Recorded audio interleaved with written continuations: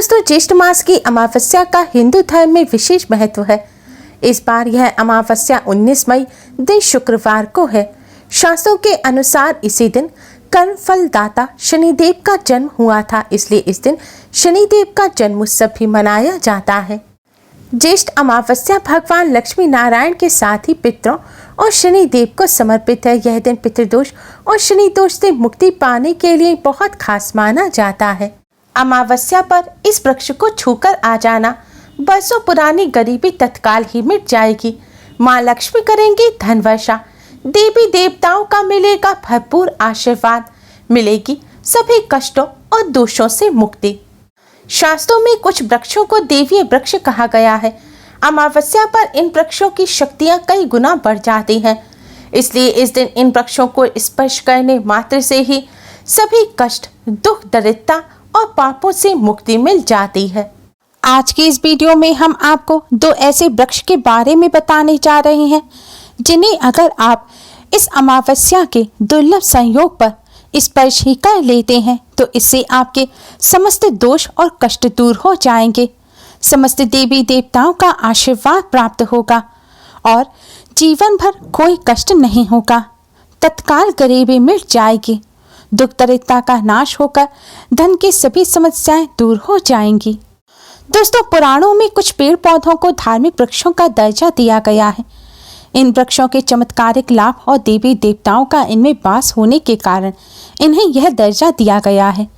इन्हीं वृक्षों में से एक वृक्ष है शमी का वृक्ष।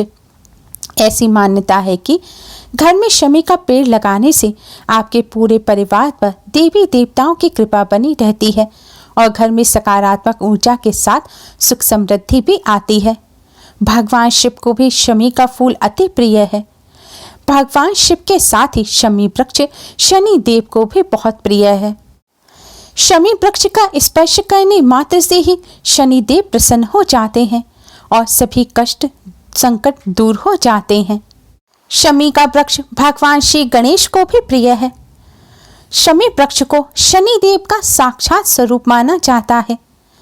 शमी वृक्ष को स्वर्ण की बरसात करने वाला भी बताया गया है, इसीलिए दशहरा पर भी शमी वृक्ष का पूजन किया जाता है।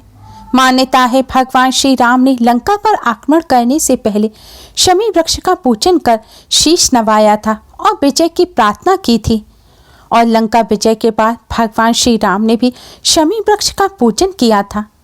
अमावस्या के इस अद्भुत संयोग पर शमी वृक्ष का स्पर्श करने मात्र से ही माँ लक्ष्मी भी प्रसन्न हो जाती हैं और सुख समृद्धि का वरदान देती हैं। आज के दिन शमी वृक्ष पर जल चढ़ाकर शमी वृक्ष के नीचे सरसों के तेल का दीपक जलाना चाहिए। ऐसा करने से शनिदेव से संबंधित सभी दोष भी दूर हो जाते हैं।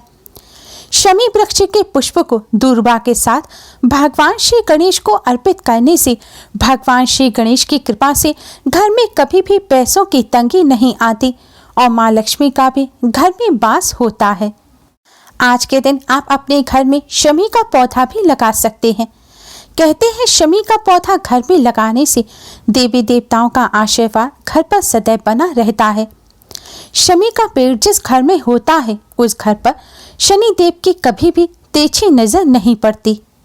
गरीबी को दूर करने के लिए आज के दिन शमी वृक्ष का स्पर्श कर माँ लक्ष्मी का ध्यान करना चाहिए।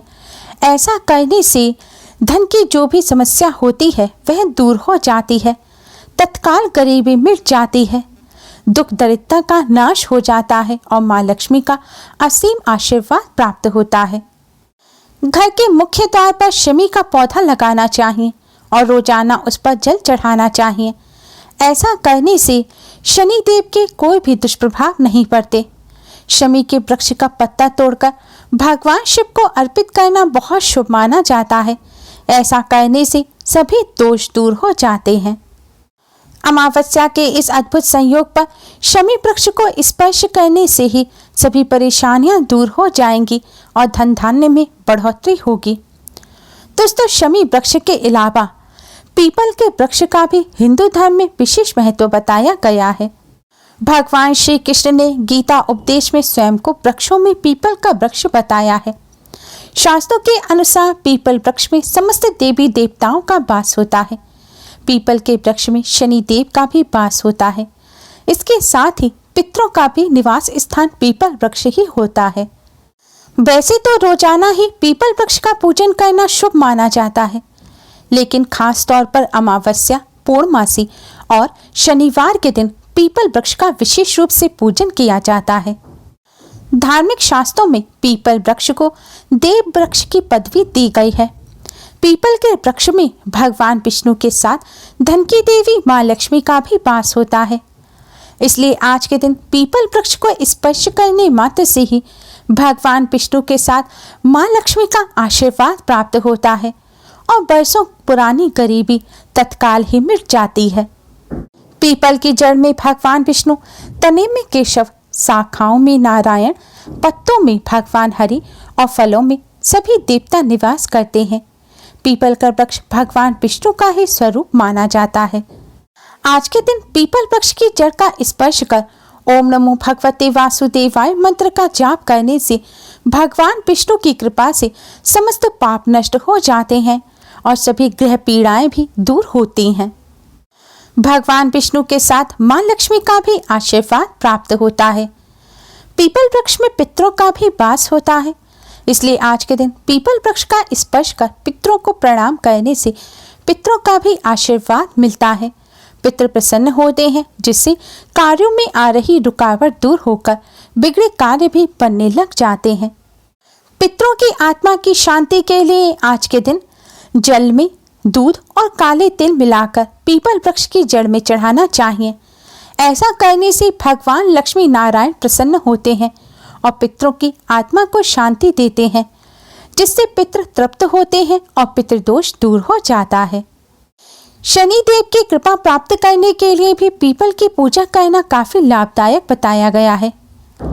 पीपल के वृक्ष का पूजन करने से शनि देव से संबंधित दोष दूर हो जाते हैं। कहते हैं पीपल वृक्ष में शनि देव का वास होता है, इसलिए आज के दिन पीपल की जड़ में काले तिल मिलाकर जल चढ़ाना चाहिए और सरसों के तेल का दीपक पीपल की जड़ में लगाना चाहिए। ऐसा करने से शनि देव से संबंधित सभी कष्टों का निवारण हो जाता है। शनि देव की ढैया 7.5 से राहत मिलती है। जिन लोगों पर शनि देव की ढैया 7.5 का बहुत अधिक प्रभाव है, जिनके कार्य बन नहीं पा रहे हैं, हर क्षेत्र में असफलता ही हाथ लग रही है, उन्हें पीपल वृक्ष को स्पर्श करते हुए पीपल वृक्ष की परिक्रमा करनी चाहिए।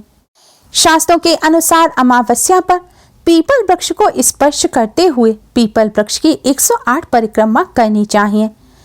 ऐसा करने से दुख दरिद्रता तुरंत ही समाप्त हो जाती है। माँ लक्ष्मी की कृपा से जीवन भर धन की कमी नहीं रहती। साथ ही शनिदेव की महादशा ढैया 7.5 तुरंत ही समाप्त हो जाती है। शनिदेव प्रसन्न होते हैं। शनिदेव के साथ ही पितरों का भी आशीर्वाद प्राप्त होता है और जीवन में जो भी विघ्न बाधा होती हैं वह दूर हो जाती हैं। अगर आप 108 परिक्रमा ना कर सकें तो कम से कम पीपल वृक्ष की 8 परिक्रमा अवश्य ही करें। पीपल वृक्ष को स्पर्श करते हुए आपको परिक्रमा करनी है, इसलिए इस बात का ध्यान रखें कि आप यह पूजन संध्या काल से पहले ही कर लें। शास्त्रों के अनुसार वृक्षों का स्पर्श सूर्य उदय के बाद और सूर्यास्त से पहले ही करना चाहिए। सूर्यास्त के बाद स्पर्श करने से दोष लगता है। शास्त्रों के अनुसार पितरों का आशीर्वाद प्राप्त करने के लिए पीपल का पौधा लगाना चाहिए। ऐसा करने से पितर प्रसन्न होते हैं और चारों तरफ सकारात्मक वातावरण बनता है। लेकिन पीपल का पौधा आपको अपने घर में नहीं लगाना चाहिए। पीपल पौधे को आप किसी मंदिर में ले जाकर लगा सकते हैं। दोस्तों, हिंदू धर्म में इन दोनों ही वृक्षों को बहुत ही चमत्कारी बताया गया है। इनमें समस्त देवी देवताओं का वास होता है। आज के दिन इन वृक्षों का स्पर्श करने मात्र से ही समस्त देवी देवताओं का आशीर्वाद मिलता है। साथ ही माँ लक्ष्मी प्रसन्न होते हैं और अपने भक्तों की गरीबी दुख दरिद्रता को तुरंत ही मिटा देते हैं। दोस्तों, अमावस्या के इस शुभ अवसर पर आप इन वृक्षों का स्पर्श अवश्य ही करें और इस मौके को हाथ से ना जाने दें। उम्मीद है आपको हमारी वीडियो पसंद आई होगी। प्लीज़ लाइक कर अपने फ्रेंड्स के साथ शेयर जरूर करें और यूज़फुल वीडियोस के लिए चैनल को सब्सक्राइब कर बेल आइकन को भी जरूर दबाएं। Thanks for